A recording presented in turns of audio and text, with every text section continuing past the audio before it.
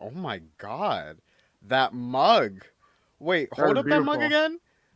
What? Hey, What it's was my that? bride. It's from the alligator Oh, farm near where near where I live in okay. Florida. Oh, just I the thought it was alligator like a farm. You know, glass mug. I thought it was a glass mug that was like this like you tall. I'm do. like, what? Oh my My god. father was an Anyway, alligator farmer. what the That's beautiful. fox is going on here? Because we got freaking Matt, aka freaking Red Fox, here to join us today for episode 22 of Henshins and Homies. Let's give it up. Let's give it up. How are you?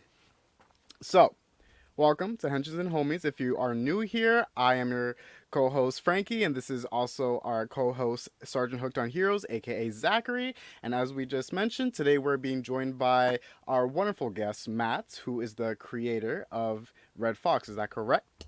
Yes, sir. Immortal My name is Matt Palmer, and I'm one of the creators of the Immortal Red Fox. Yeah, an indie tokusatsu sensation. Sure. Yes.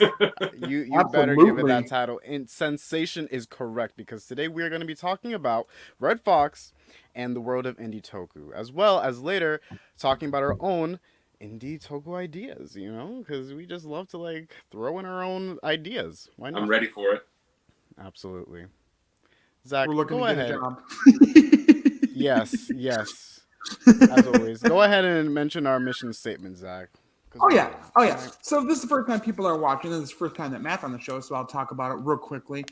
So the whole entire idea behind it is, of course, to freak out and geek out week to week about these awesome shows in Japan that we watch, right? Sentai, Rider, Ultraman, Metal Heroes, whatever it might be, Power Rangers too. But also to highlight awesome community members like this man down here who have these awesome skills, show them off, yes, to strengthen the bonds, as Taro says, for friendship, but also to give them enough buzz for a few more subscribers, some love, but also that the powers that be will go, hey, that guy's really cool. Let's have him moderate this panel. Let's give him this opportunity and hope that that happens. You know, give him some buzz and some love, and who knows what will happen. So there we go. Yeah. But yeah, we're very excited to have Matt on today. It's honestly a dream come true. I've been following the Immortal Red Fox stuff for quite a while, and I've seen him here and there have like a few collaboration type things. I think were you on the Let's Talk Toku at least before, weren't you? Yep. I did. Let's Talk Toku with Squall a couple years ago now. At this point, Yeah. and it was a great time. That was super duper fun. I really had a great time. Yeah. We've had him actually. He's like our 2 or 3 time champ returning guest. Yeah. I love Squall so much. Squall is amazing. We love Squall. He's a great guy. Oh my god! Like he's just he's a mensch. So. Yes, absolutely. So yeah, I'm really excited about this, being able to talk about indie tokusatsu. I was thinking about it today before the episode, and I was just thinking about how like it's the ultimate evolution of being a fan, right? Like it's one thing to be a fan and watch these shows, but then to take it a step further for an idea, like me and Frankie will have later on, and then this man down here who straight made it an entire franchise at this point, an entire separate thing out there, you know. Inspired by the things that he loves and ascend up to it, yes, but also with his own spin on it. And I think that's super cool. The passion is just out of this world and absolutely awesome. Always really been impressed by your work and just the love you put into it. I was recently rewatching some of the stuff to get ready for today, and I love all the more recent episodes with the secondary. Hellhound, is that his name? Is that what the...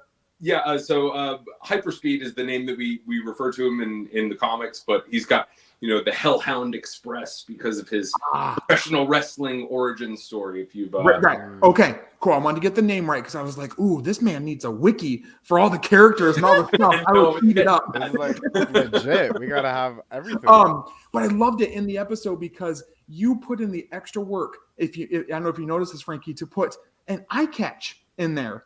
To put the eye catches in there, where like in between when like the commercials come on in Sentai back in the day, and even now they'll do like in Down Bar, there's little do.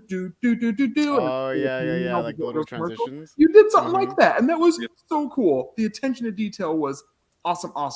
Thank you so much. Yeah, of course. Yeah. So everything you make is really well made. So we'll jump in to the little outline and questions and whatnot. Which I let him see beforehand, so he's not caught off guard. You know, we're not trying to get industry secrets out of him. We're like, so what's your mother's maiden name? Yeah. Social security number?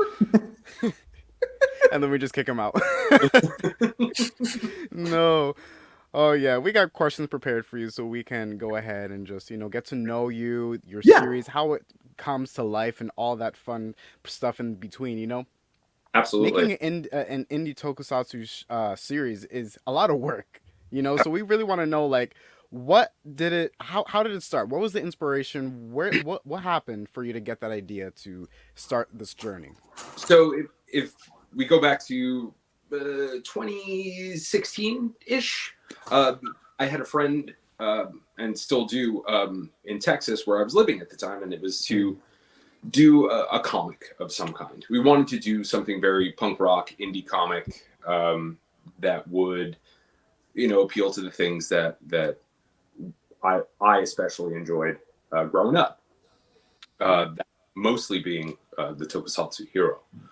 So that's basically how it started, and the idea was, and it's funny that we talked about the eye catch in the finale episode, but to kind of bring back that feeling that the Japanese call natsukashi, right, where it's to be brought back, and try and envelop that feeling. So the idea was to do a live action commercial for the comic.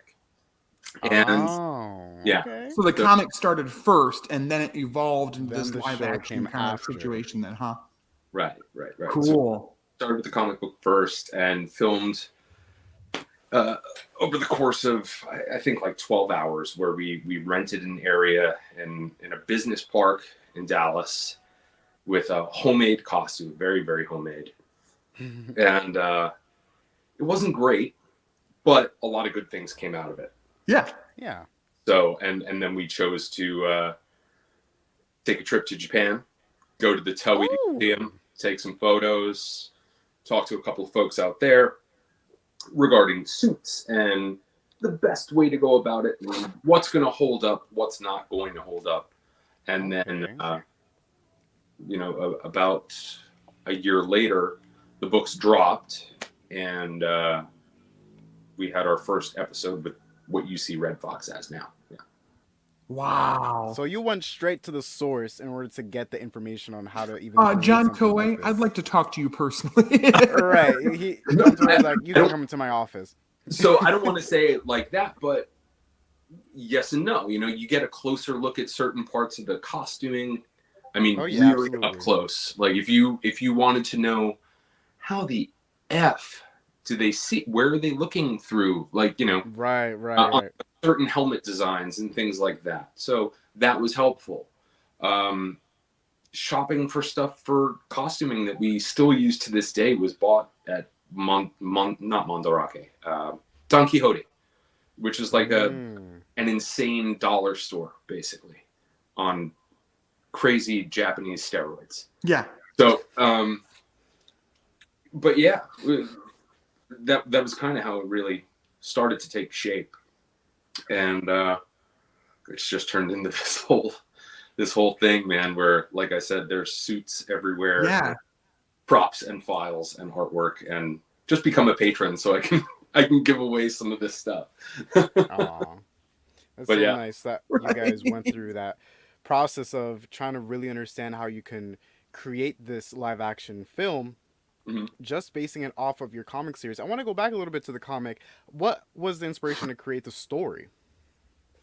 Well, I mean, like I had said before, I always really enjoyed the look of the Tokusatsu hero, right? Right. And the Ishinomori style hero, right? Where the scarf, you could do the half helmets, you can do all of these different things.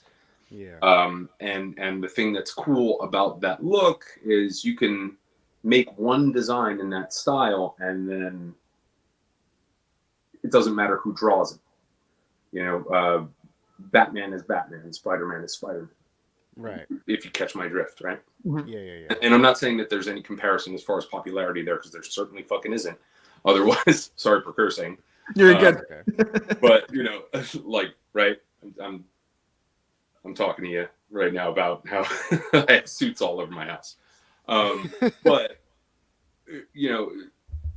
that's where at least the design and the feeling for the way the books were going to go came from, right? Okay. And as far as story wise, Japanese mythology, kitsune are cool. And I had never seen a tokusatsu style hero done that way. There is now. How far? Now there is. I was gonna now say, how there far is. into your legal dispute are you with Toei over that? Right. John Toei has been data mining me for years, and well, let's just say Taking notes. Mm-hmm. That- John Toy told you everything they know about how to create suits and all that, so they could study off of you. And then once they finally produce, It was all a play. You Yeah. got played, sir. I'm so sorry. Oh my god. Oh, I know. It is I know, what it it's is, so bad. honestly. You get to keep your indie toku, and then we'll create our actual toku. Kamen Rider Dragon Knight all over again. Oh no. No. No way. Man. Overall, In all seriousness, though, man, it is like the joy of my life. It's super fun. Other than, my wife, who I love dearly, and my family members, and it's my friends who I've made doing this. Yeah. It really is. It's awesome. It's super. Yeah. So I got to know, with creating all the stuff for it. So at the beginning, was it just like a you and one other person type team, and then it grew from there? Yeah, so it was me and one other person, and then we had to find actors, right? And we went to a stage performance of this mixture of martial arts and dance called Bruise. ooh, And Bruises actually still gets performed every once in a while. It was a great show, but we were really taken by the martial artists warming up the crowd for that show. One of which was a guy named Robert Guy, who was the first Red Fox, and awesome, amazing martial artist, family man. And then the fellow who would become our fight director, a guy named Bobby Garcia, and they were awesome. Dude, chain whip stuff on fire, and it just like we were like, okay, these are the guys. Let's go get that. That first episode where the guys were fighting with the chain. That first episode when you were fighting with the chain, was that direct inspiration from one of those shows? Absolutely, yeah, absolutely. Wow. I would say I was honestly blown away when he I don't know how to describe it. But, when he whipped the chain and then Red Fox just I don't know. He grabbed the chain and he hit the enemy back with it. Yep. It was really cool to see. Yeah, it was that was part of the fun though too, because when you involve people who are like, hell yeah, I want to be a fucking Power Ranger. Yeah. Right. And the best thing is too, and when they get to see the costumes, see the costumes and they're like, holy cow, this is what we're gonna wear for this fight scene we've been planning, and the first time that we did it, it was like, yeah. So I gotta know, did you ever when you guys first started producing things, putting things together or whatever, did you ever have a moment where you tried the stuff on? The suit, the helmet, any of it? Oh yeah. When the Red Fox suit came, it came out of I was working night shift at the time. And it was sitting there when I got home. I did not bother going to sleep. Put the suit up, started snapping photos, be like, yo, check it out. Hey Robert, sorry, it's a little tight, If the suit is a little stretched, don't worry about that. It's just how it's shipped. But no, I put the Red Fox suit on at least once, not on camera, but I have. That's a secret video. Nobody has to see. right for the only Fox. Oh no! No, oh, that's terrible. No, he wasn't wearing a dance part. That's why he can't release the video. Yeah, I think one of the things I'm blown away with the most is that I really enjoy how everything looks. It's got a very gritty, almost how people compare the original trilogy of Star Wars, how that presented space in the future comparatively to the prequels, right? Prequels are very clean, very futuristic and super ornate, whereas the prequels are still futuristic, but in this gritty kind of sort of piecemealed and stuck together kind of way. And I like that grittiness, that nature to what you guys do without it being like Amazons or like Black Sun where you're ripping entrails out of people's stomachs. Right. Yeah, no. It still has that grittiness to it that reminds me of like the Showa era stuff. But then there's other parts like the effects of the attacks and the kind of transformation sequence to become Red Fox and everything that more aligns with influences from modern day stuff. And I think that's really cool, the mixture between the two and how the suit just looks like it would fit right in with everything else. It really does. Right? All the suits so far, even Wushu Mantis that it showed a little bit of in that little like snippet, I was like, oh, I want to see more of that because holy cow, does it look like it fits in with everything in Toku right now. You will definitely see a lot more Wushu Mantis. That's a promise. So is he going to be getting most of a start with the Indie Hero Tyson situation, or yeah? So okay. That whole, if you want to talk about that, we could talk about that, or if you want to save it, we can. But yeah, you're going to see a lot of Wushu in the Indie Hero Tyson series. Absolutely. Cool. Go ahead, Frankie. Well, no, well, I'm kidding. Sorry, but Matt, tell us, like, how long does it take to create an episode from, scripting it, table read, all the way up to production and editing? Okay, so one episode can take anywhere from, and this is depending on what we choose to do every single time. I've gotten an episode done in a month and a half, and I've gotten an episode done in 6 months. Okay. But what I will say is, sometimes if you're meeting up, because what we were trying to do in Texas was we would meet up once a month and shoot something. No matter what it was, if people had an idea, we were getting together anyway. That was the plan. Because we became like a little action group where we wanted to train and we wanted to work out and learn how to fight on camera, or at least, adapt what were stage fighters and mask performers like mime and clown, and then guys who did sword fighting in stage plays to become tokusatsu suit actors. So times would vary, right? There'd be days where we were like on fire, like the Chain episode. That very first episode. We filmed that in 4 hours and it was ready to go in a week. So, it happens like that sometimes. But would you say that production gets, I'm sorry to interrupt you, but would you say that production becomes more difficult as the series grows because you have more ambitious ideas? Right, absolutely. You have to, try and top yourself, right? Yeah. So like with the Indie Hero Tyson stuff, I mean, that was born out of COVID-19 lockdowns. You're seeing it now, right? Right. Just endless hours of capture. And where we got as many suits shipped to us as possible, just like Saban would do. Yeah. And get them in front of a green screen with a I'm sure you took care of them much better than they did, but and start putting together, what we wanted to show for a trailer. I had 16 minutes of footage in the timeline when I started to edit down that trailer of just VFX cuts. Just the trailer. Holy cow. Yeah. Wow. So it's a lot, man. And it takes a long time. But yeah. Hopefully, if it keeps people interested and, it's still fun to do. Like I said, it's one hell of a hobby. That's for sure. Yeah, right. Yeah, definitely. Yeah. Yeah. So with Indie Hero Tyson, I was completely caught off guard.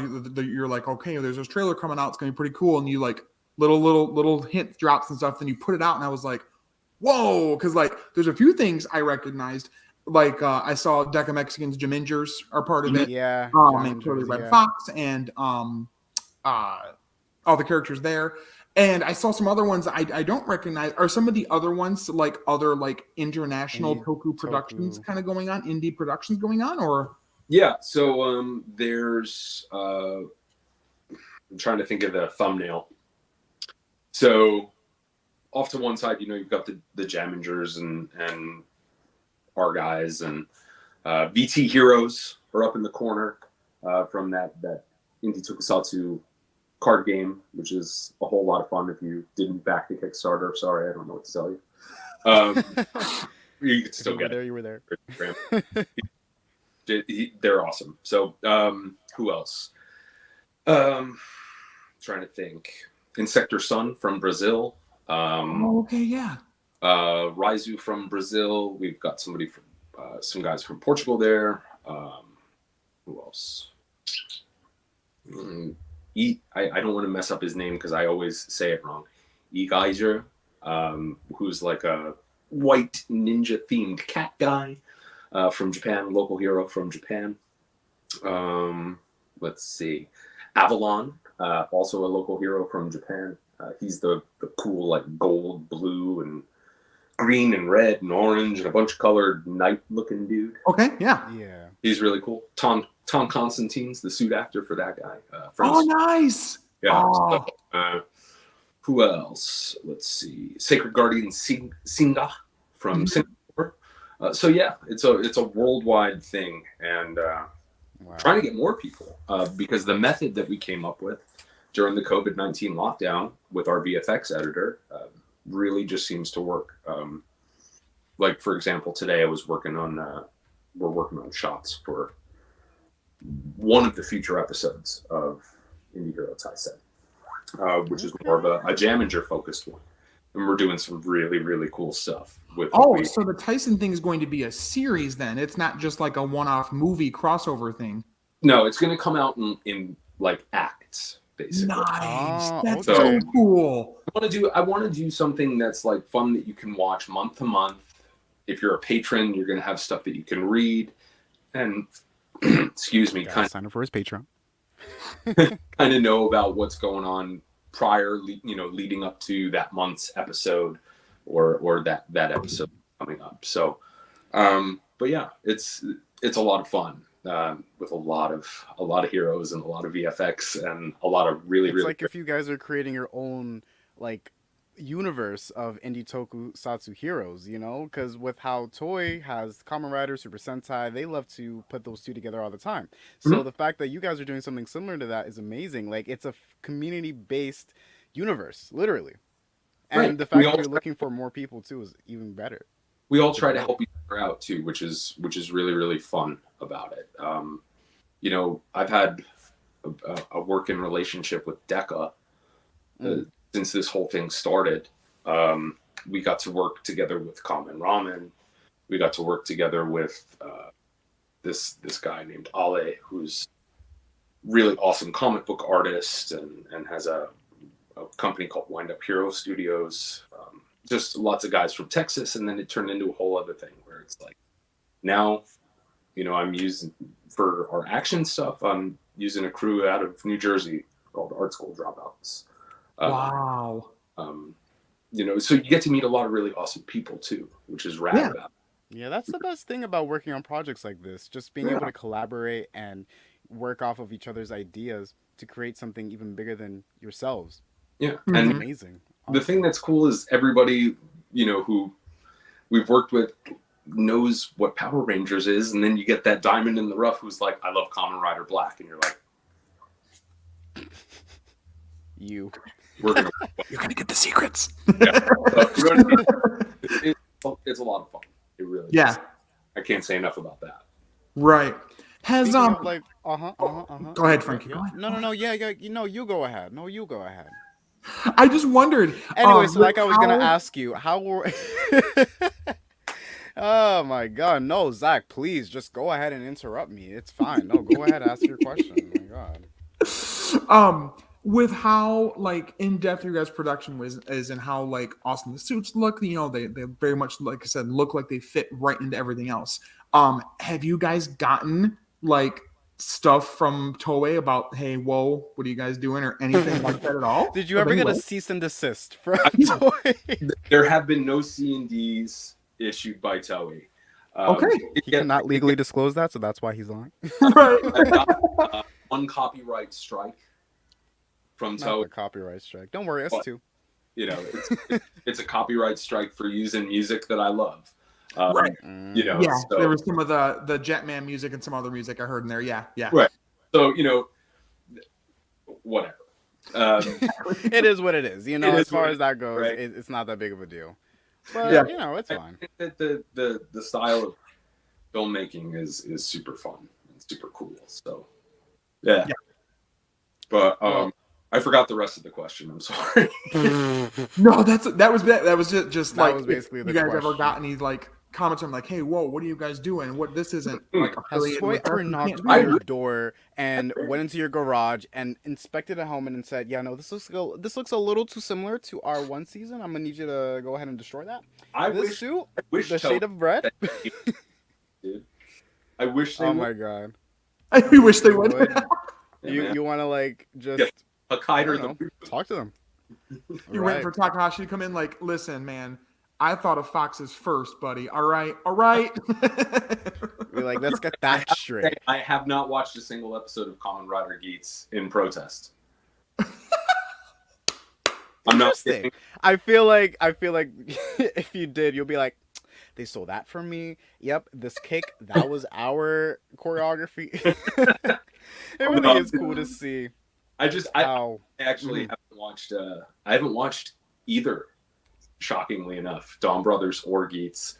Oh, I haven't okay. watched week to week since Zenkaiger, but that's Okay. because I've finally started getting stuff back where my free time is usually spent doing husband stuff or Right. editing video.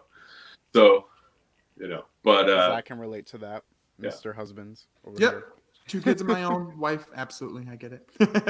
I will catch Here's up here's because my they all- wife. But Here's my kids. Welcome to my family. No, I was actually gonna ask earlier, since you were talking about just having so much fun working with others and just the production itself being a blast. What are some fun stories that you could share with us about the creation of an episode, or even creating a series like Superhero Taisen? so when we were, whenever we would film, it would always attract attention, right? No matter what. I see where this is going. You're filming in parks. You're You got filming. leakers. Right, people want to come and look and take Someone pictures. just peeking behind the camera. They're like, You're not supposed to know about Indie Hero Tyson. Right. It was like a Miyazaki movie or something. The janitor was there, and in fact, in one of the episodes, you can see me hiding behind his trash can. what? But what I will say is, he's like, "Oh, you guys are doing like a Jet Jaguar kind of movie," and I'm like, Sure. "What did you fucking say? What did you just fucking say to me? What did you just say, man?" This Right? pop is starting to look a little real. So that was a cool conversation to go and be like, yeah, he loved Godzilla and Jet Jaguar and the Peapod stuff, Spectre Man and stuff like that. So that was a fun interaction. We filmed at a park one day where there was a 10-year-old birthday party going on at the pavilion. Oh, brother. They're going to look at your suits and think you guys are like And there all for of them. a sudden, the guys in the suits turn around and it's an army of kids, Oh, boy. but they're running at you as if they're goons, and you're You like, should have started recording and used that as like I little was footage saying, they for become the the henchmen. monsters. unfortunately, I did not have the forethought to do that. I was like, oh no, we're gonna be. Be like, look, kids, you want to be in a movie? Just run away like if you're in fear, and we'll put you in. Yeah, that's a good idea. I should have done that, but I'm trying to stay on the schedule. But that And would- Matt, are we confirming here tonight that the janitor you spoke of is the civilian identity for Wushu Manson? Exclusive scoop right here on Henshins and Homies. The janitor. The least you would expect. hey, I Has mean, joined the cast. that's one thing that I'm trying to go and do a little bit more of a deeper dive into with Indie Hero Taisen. One of the things that I hear all the time is we don't see these people out of costume, right? Everything is dubbed. So I would like to get some out of costume scenes and get one really maybe finale endgame style henshin sequence. Oh, Give it you to got me. to. You got to. It's a staple. It's a Right. staple. You really do. So I would like to maybe do something like that in the future. But yeah. Yeah. As far as the good stories while filming, it was always a good time.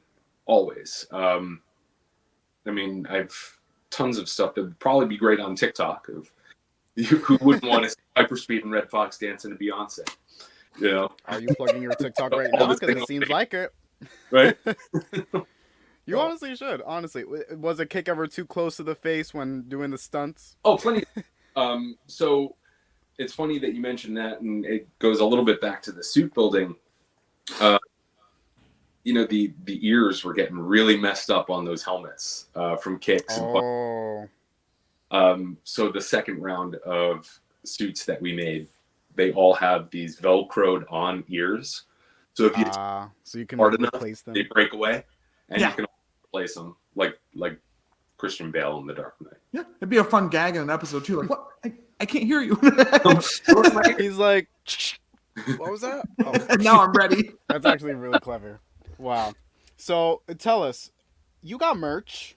I know you do. You plug them at the end of each episode. What kind of merch can people buy from you I got about all your series? sorts of stuff. So our Mm, public store is the number one. I love t-shirts. I spent the majority of my 20s hawking them at rock and metal and punk rock and all different kinds of shows like that. So Yeah. you're spoiled for choice when it comes to a nice Red Fox t-shirt or crew neck or hoodie or zip I'm up. about to pull up the site. Give me like 3 seconds. The TeePublic is pretty cool. My favorites, definitely the Indie Hero Tyson Psycho Man crew neck is probably my favorite right now. I'm pulling it up right now. You think I'm winning? Is there a Patreon goal right now for a release of an official DX version of the changer for Red Fox? I gotta know now. Yeah. The people want to know. Well, People want to know. Funny you bring that up. Oh. So if you become a patron, right now, Right now. right 3 now, seconds. literally, you can go over there right now and sign up.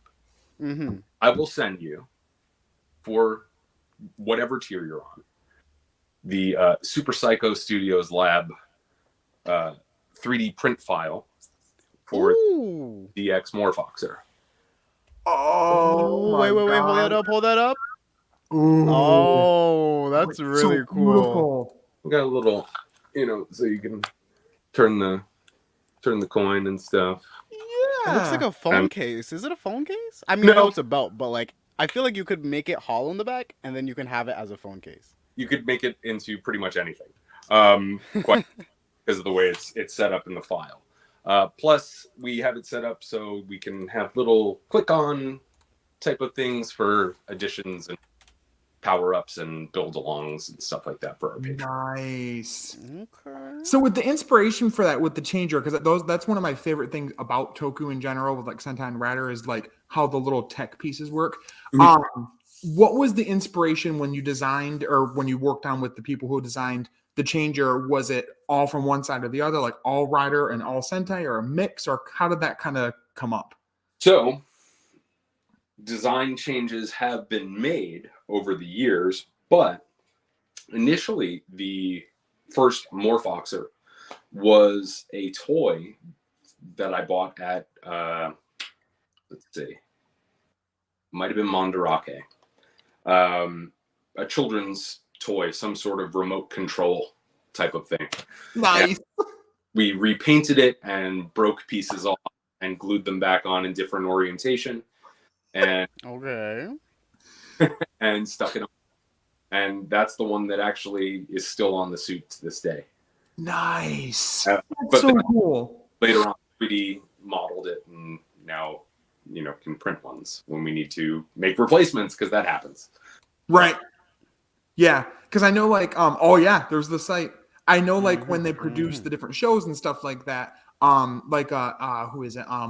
Jim K, who's a cosplayer and stuff, talked about with Kiva. His Kiva suit he has has the Kiva thing, but it's like thinner, because it's like a one that they use for, it's a stunt belt instead of the DX version. Yeah. Right. And that way, it's a lot easier to move in.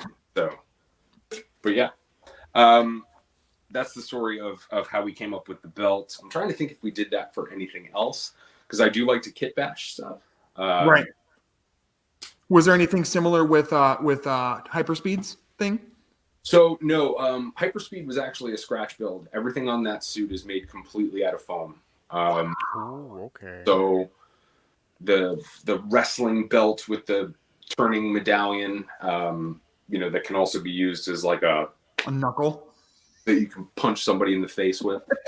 That was all just foam design concept over to one of our suit builders in Indonesia. Wow, that's really cool. So did you said that there's the possibility in the future for like add-ons and like power-ups and things like that for both the characters then? Yeah. Absolutely. So I don't like to let anything go to waste. And in this closet, there's a giant box that my wife is like, I thought you were dropping this off to someone. I made one in the southern part of Florida. He's a great cosplay builder. It's awesome. He's actually got another suit that we worked on together for another character that's going to appear in Indie Hero Taisen, our Meta Hero Blue SWAT police type character. Oh my god! With flying cop car and all that shit. But we have Hyperspeed parts where we're gonna do something a little bit darker. I don't know if you know what a Cerberus is. Yeah, three-headed dog, guardian of the underworld. Cerberus. Okay, I got it. So we're gonna go full Hellhound for that a little bit later on down the road. I can spoil that. And Berserk? Are we getting a Berserk form? Oh my god! And if Berserk become the next ultimate, like the tradition of basically every single Toku series right now. And we're gonna, obviously keep upgrading Red Fox as we go along. That's going to take a little bit longer. My whole initial idea, the suit is designed and 3D modeled already. It's just parts take a long time to print and a long time and stuff like that. And then once it's printed, you got to paint it, sand it, and then it's a whole thing. So right. It's the whole creation of it. There. That's a goal that hopefully as more patrons come on and things like that, we're able to do that. I'm definitely becoming a patron now. I am. You should too. Whoever's watching. Thanks. One last thing that I wanted to. Oh, what was that? I was going to say next month is going to be really good. I actually sent out a tweet a couple of weeks ago with some unused original artwork that's going to go out in like a raffle style. Okay. Across all tiers, so people will get some stuff, actual physical rewards within the. Okay, well, y'all heard it here, y'all. Yeah. Subscribe to Patreon. Come on now. I was gonna ask, you have CGI mech footage. I do. Yeah. Tell us about that. So that was actually a really just a happy set of circumstances, I guess. I, tried in the beginning to do a couple of shots of what a mech would look like, and didn't really come out all that great. And then people on Twitter were like, "Hey, what about more mech stuff?" I'm like, "I don't know anybody."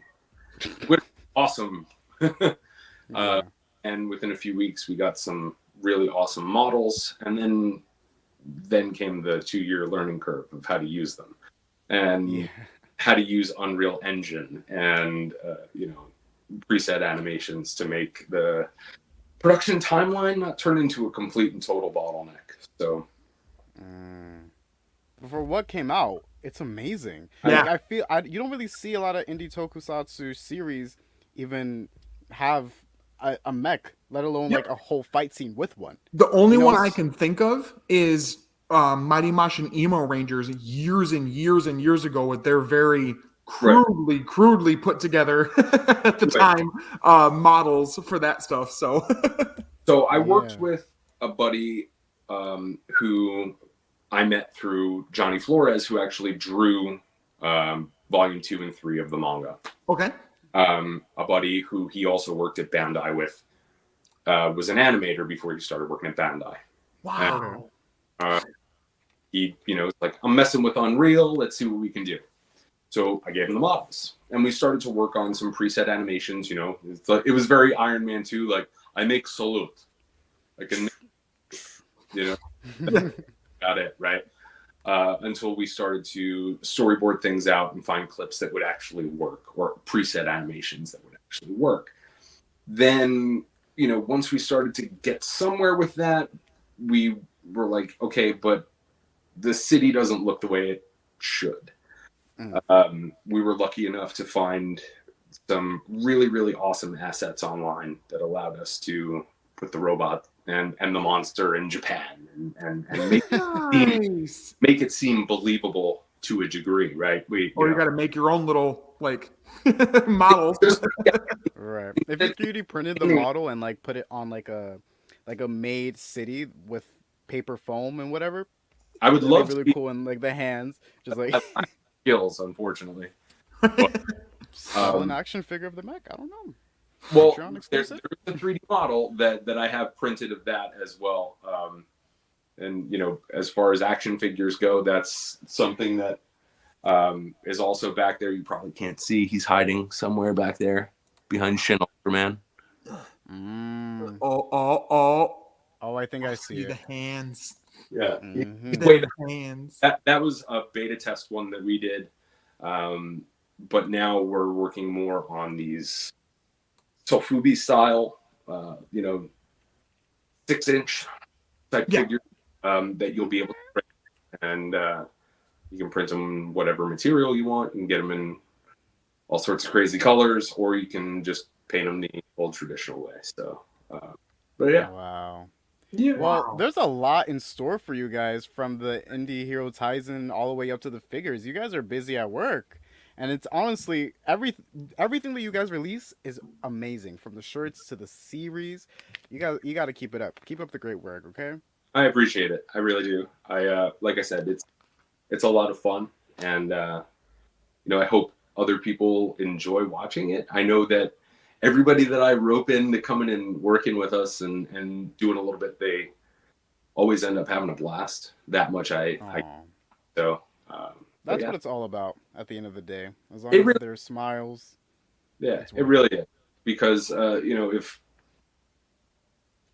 you have to think about why we're here, right? Exactly.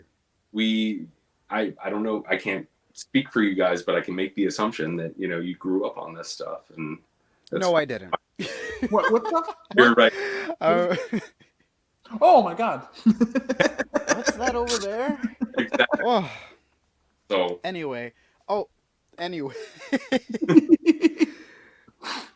Yeah, no. Honestly, thank you so much for introducing the world of Indie Toku to everyone. It's honestly amazing, and the fact that it just keeps getting better and better. More ideas are being picked out. Yeah, I can see this being huge in the future. Let's keep it up, because honestly, you're gonna get John Toy's attention. I mean, might just make it canon. We got to get that. We got to get them Western releases somehow. I'm just saying. I'm saying, like, you're gonna become a Blu-ray release. I think. What was that? If I had to make a personal, ask, I would say Shout Factory needs a mascot. So why not Red Fox? Ooh, Shout Factory. Come on now. He's right there. And he's like banging on their door, and they're like trying to keep it closed. Open the door. Zach, you have your own idea, don't you? I mean, yeah. No, yeah, you do. No, yeah, you do. He has his own indie tokusatsu idea, and that's what we're gonna get into now. Zach, go ahead. Share what you got. So, I'm already hate it. Get off the stage. I'm gonna be critiquing you. I'm sure you're similar, Matt, in the way of throughout your daily life, you'll see some random thing, like maybe I don't know, like an object or like a tool or an animal, something like that, and it'll give you just a burst of inspiration about something related to this whole world, right? Right? You just can't escape it. It's part of who you are.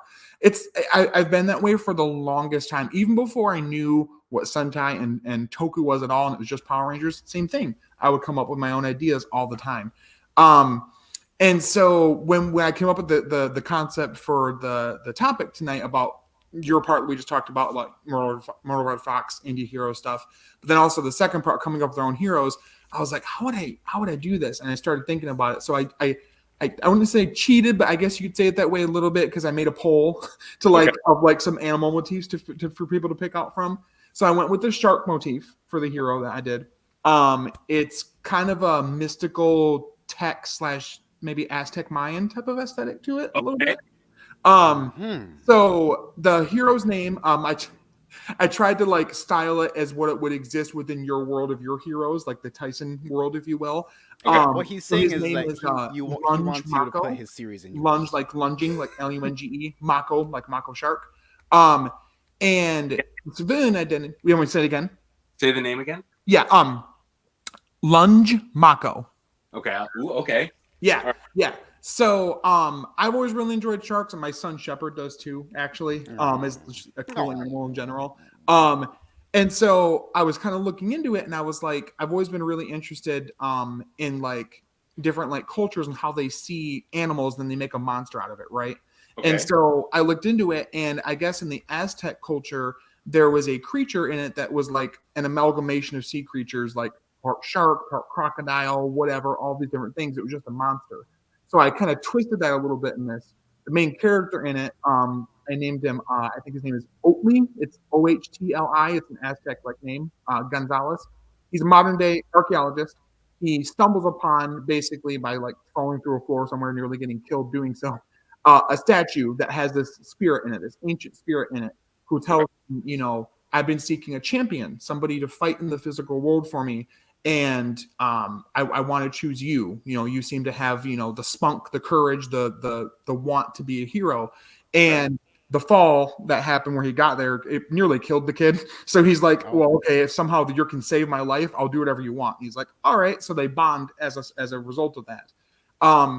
And what I did was, the way that the powers work, the spirit from the statue, it needs somewhere to rest, right? It needs somewhere to be a physical thing to attach itself to. And so it attaches itself to his phone. And because to the phone, that's how he can use the internet to like kind of learn about the modern world and understand it, because he's an ancient god, right? So he doesn't understand how anything works. There'll be like a whole sequence where the main character would have to explain to him what a superhero even is. He's getting excited because he's a fan of heroes and stuff like that. And so he's like, oh, I'll be a superhero. He's like, what's a superhero? What do you mean? And so he has to tell him like what that means. He doesn't get it, you know? And so it's a really fun dynamic. Yeah, it'd just be me. It's me for real. So the device is called the Lunge Crosser. That's the transformation device. It has on the back of it is a little like stone-like little like symbol of the face of the god that he's partnered with. Okay. And the way I twisted the legend was that in like normal like history right now, the way they depicted that monster is that it was a monster. Come to find out, it was not a monster. He had to make himself monstrous to stem back the tide of this great evil force of some kind. He was actually a god. And because of what he did, he kind of made himself monstrous to stop these things, sealed himself away, and everybody basically trash talked him and smear campaigned him. Yeah. So he combines with them with the Lunge Crosser, and that's how he transforms. And the suit is going to be, I kind of imagined it to be kind of like, you know how like you've ever seen like a Mayan or Aztec like stone golem, right? Like the plate kind of armor, you know? So it'd be kind of like that. And you think he'd be really slow, but he's actually really fast. And because it's combined with like the technology angle, it would look kind of metallic. It'd be like a neon-y blue kind of metallic color. But then the lines in between the plates would be a neon green color, like this energy you can see kind of pulsing from it a little bit. The helmet would be shark themed, of course. And I was thinking how like there's the Mayan headdress thing with the feathers and stuff, you know? And I thought you could do a fin, and instead of it being feathers, it would be kind of like hard light, you know, like laser kind of going out of each one because of the energy from the god. He would be, because he combined with the phone, he would utilize that technology. So like electricity, metal, whatever, and kind of use modern day stuff to upgrade himself and give, you know, the power to the kid, right? So it's electricity. It's like mainly an electricity based hero is how we work. I like it. His weapon. I was gonna go with this cool looking sword. Freaking come back. I said I'll be right back. Keep going. Okay, I thought you were embarrassed. Leaving. I'm like, no, I hate this idea and I'm gonna leave. No. I'll be right back. So, I was gonna go with this sword. There's like this really intense sword in Aztec culture that has like obsidian pieces in it that they would just rip people apart with. I stopped myself because in Down Brothers right now they have a shark themed like hero in it that has a very similar looking sword. So I was like, let me not. So the other thing they would use besides the sword was this really cool badass looking spear. So that's called the lunge thrasher. So that's his sword that he uses, or his spear. So he can fight hand to hand, but he usually uses the weapon. Clearly he's very quick on the battlefield when he fights. Able to swim. And as an after effect or a side effect of bonding with this sea god, if you will, he's been imbued with these like tribal looking tattoos on his arm that kind of look like the Nazca lines, like the kind of, on each arm. And his eyes are a different color. And when danger approaches, kind of like a spider sense thing, they glow.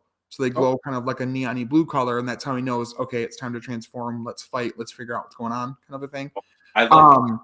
So yeah, and I even like came up with like a kind of a henshin pose a little bit too.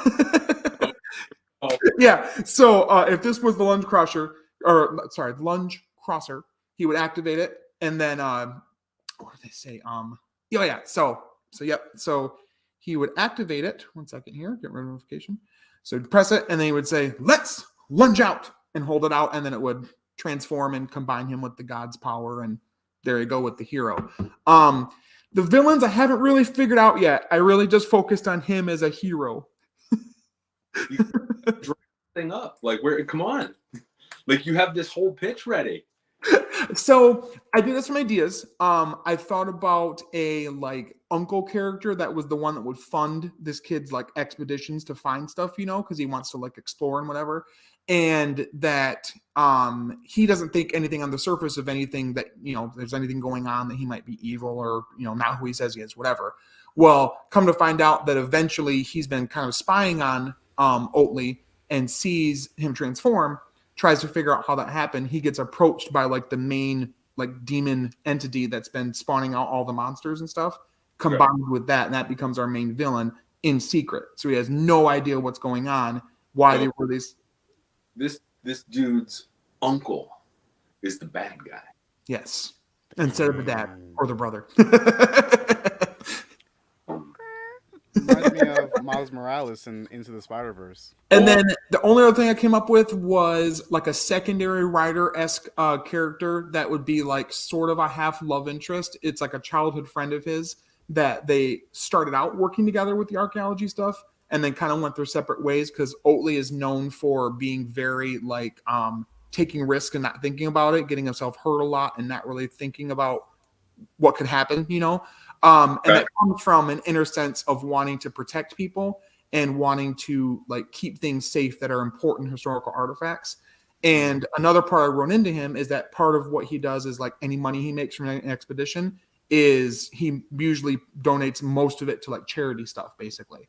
So like ways that he can help the world. Like he can't go out there and help everybody, but somehow those charities can do something and he wants to help them out.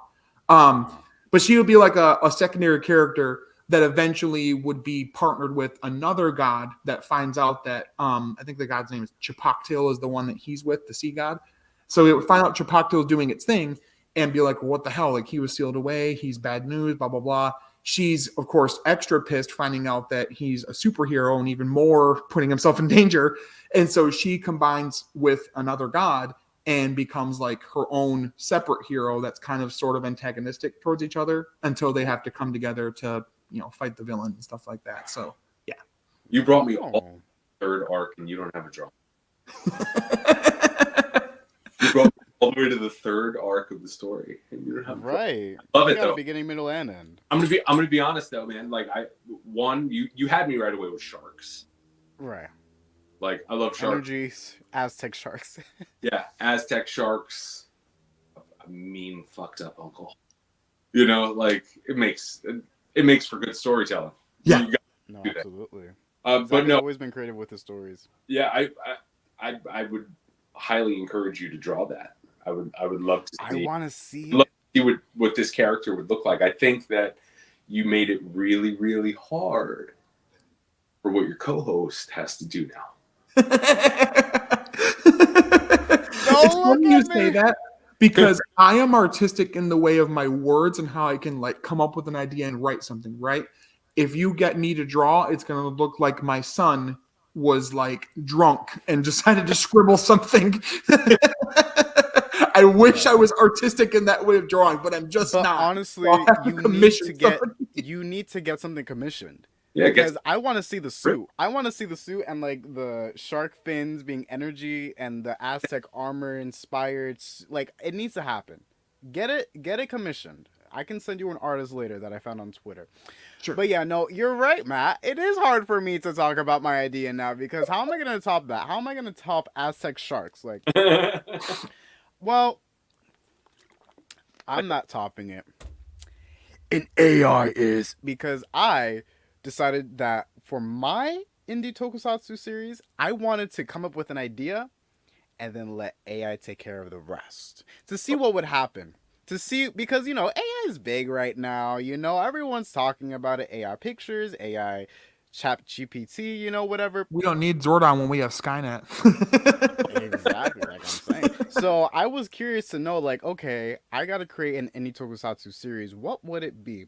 I came up with the skeleton, and I let the AI put the meat on the bones, if you know what I mean. So for my series, and he's I'll gonna keep it share pretty. screen. Oh my god. No, I'm not even gonna share a screen. I'm just gonna Oh, do okay. it for you guys.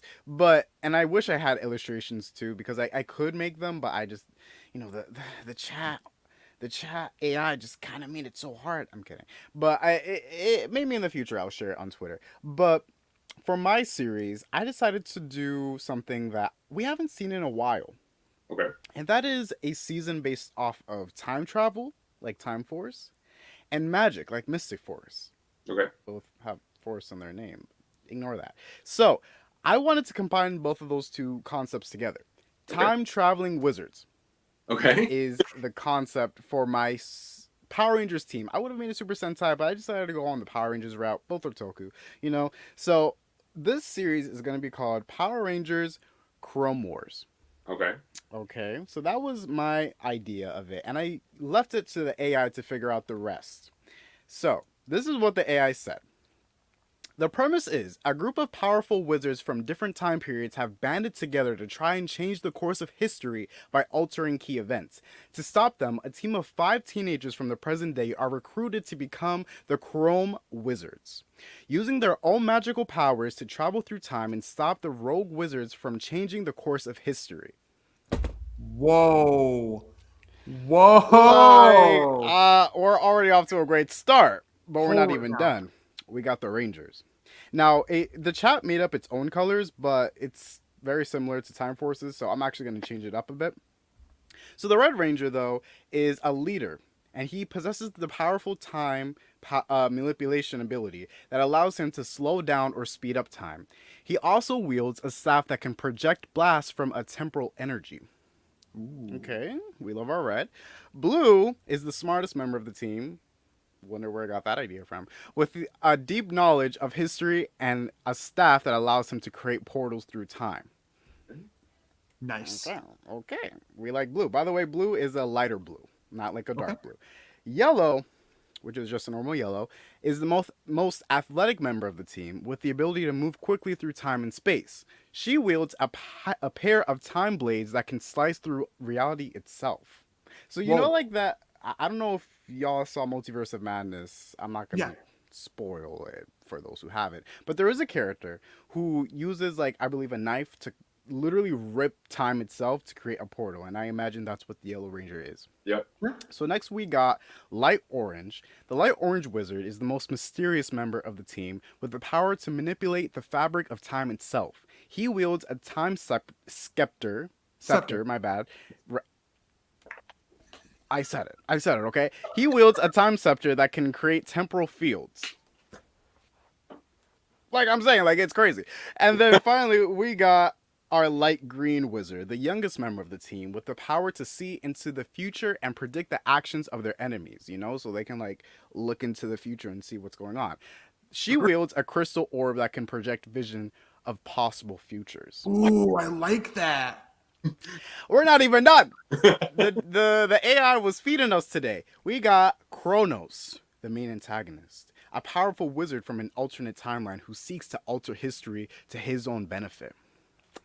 It's giving Time Force, it's giving Den-O. Time shifters, Kronos minions, robotic creatures that can manipulate time and attack the Rangers with blasts of temporal energy. All right.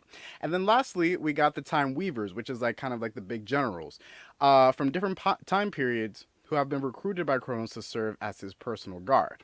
Ooh, did it flesh those out too? No. Okay, But, okay. you know, it's an AI. It's not going to get everything. Historical figures being villains of the week, though. That'd be sick. All right, you're making it canon because we're basing it off of anything that we come up with right now.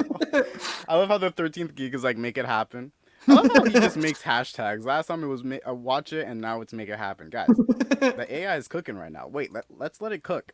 The Megazord is called the Chrome Megazord, formed with all 5 Zords. Now, if you're wondering what the Zords are, well, we already know more because we're gonna get to them. Chrome Lion. The red Chrome Wizard Zord, aligned with the power to manipulate time and space. Okay, Chrome Shark, yes, I'm coming for you, Zach. The blue Chrome Wizard Zord, a shark that can travel through portals in time and space. The Chrome Falcon, the Chrome Bear, and Chrome Phoenix all got these abilities that can do the same exact thing. No, you were inspired by the AI. There, I said it. I said what was the unsettable. That's a word. So... whatever. Gold Chrome Wizard. We're not done. In fact, I probably would change it to like a diamond Chrome Wizard because we haven't done that. We always do gold, silver. Sometimes we get a little bit cool with the whites or the, I don't know, black. But we're going to do diamond, which would be like a crystal light blue ranger. Not similar to the light blue that we have on the team already. Don't get mistaken now. Listen up. This is different. This 6th Ranger would be a lone wolf who joins the team later in the season, because we've never seen that before. He possesses powerful magical abilities that allow him to create time loops and alternative timelines. Let me cook. He wields a golden wand that can create portals through time and space. Y'all, if you were curious, their Zord is a dragon. So, yeah. Something that I asked the AI is, what would the season's gimmick be? Right? Because we got to ask the questions. And then the AI said, for the Power Rangers Chrome Wars season, the gimmick item would be called Time Crystals. The Time Crystals would be a set of 6 powerful crystals, not the Zeo crystals, don't get it mistaken, that hold immense time manipulation energy, and each crystal would be associated with a specific ranger. The ranger would need to collect all 6 crystals to unlock their full power and form the Chrome Megazord.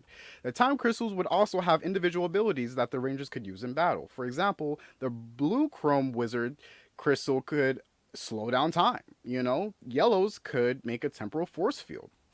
Yada, yada, yada, yada, yada. Overall, the time crystals would be a key component to the season's time traveling theme and would rack in the bucks from the kiddos who buy the toys and would help fund the show. That's it. Wow. That's it. Hey, you did make it harder on me, man. Yeah. You made and as Mendoza, everything is chrome in the future. Mendozabel says, everything is chrome in the future. Yes. I mean, guys, are we greenlit or what? Because it needs to happen. So, you remember how we talked right at the beginning of this segment about how, it's impossible to not see Tokusatsu stuff and everyday stuff when you like this stuff as much as we do. Exactly. And both ideas sound really, really fun. Right. Where I kind of think that we're just going to have to do this again. And you guys are going to have to come at me with second wave revisions. Ooh. And then maybe I'll pick a winner. Not Tokusatsu Showdown again. Oh. Okay. And we can get something together that maybe, we can double up and I can give away some stuff. And then you guys can divvy it up too. if we Is the collab just fabricating before our eyes right now? Like, this is an amazing idea. Oh my Let's do it. God. so Let's do it. Matt, but we gotta do. honestly, I really want to see all of these characters drawn now, so it makes it Yeah. a hard decision. I love the idea of the time travel, but I love sharks so much, and I want to see more. Time traveling sharks. Let's do it. Was They're it? attack Sharknado. Remember, time traveling sharks, I think, right? Or no, tiger sharks. I can't remember. 80s cartoon, and I'm getting old, so. Well, Pick we a- gotta do it. We gotta do the collab, man. If I had to choose right now, like if I had to go and make one thing, I'm going to be honest.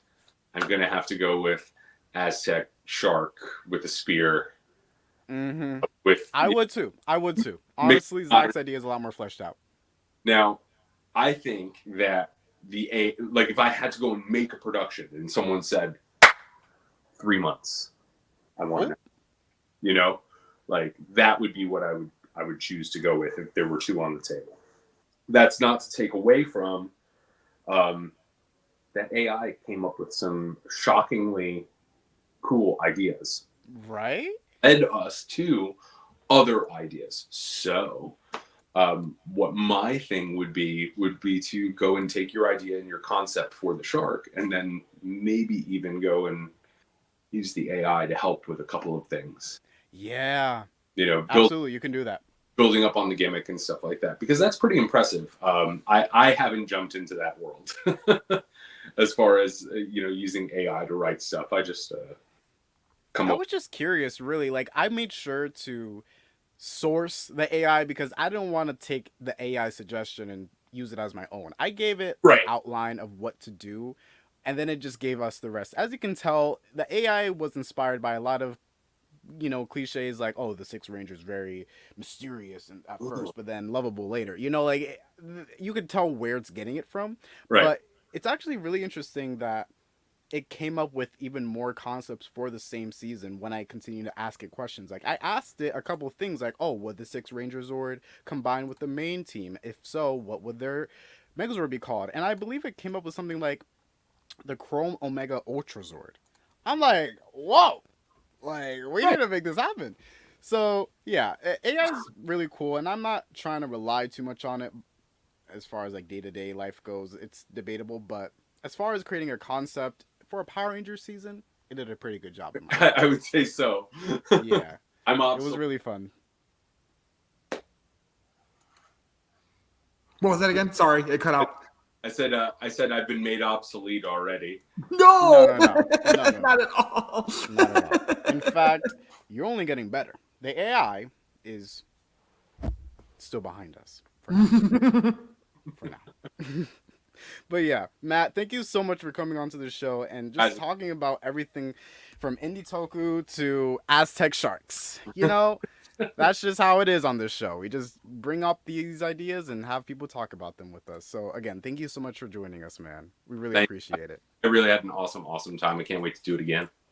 Oh yeah, no, especially with that collab idea. We're staying in touch. Oh, let's go. We're not done talking, man. But yeah, let's do it. Y'all, it was a fun episode. Thank you so much for watching, viewers. If you enjoyed it, please go ahead and subscribe and comment down below what your favorite part is. If you want to see more from the AI generator, maybe we can even do a whole episode dedicated to it. It's up to you. And if you want to be a guest on our show, just go ahead and message us either on the Henshins and Homies Twitter account or our own personal Twitter accounts. If you want to see more content from us, go ahead and like down below or go ahead and share the podcast. Ooh. My headset just told me that it has low battery. That's how you know we gotta wrap up this episode.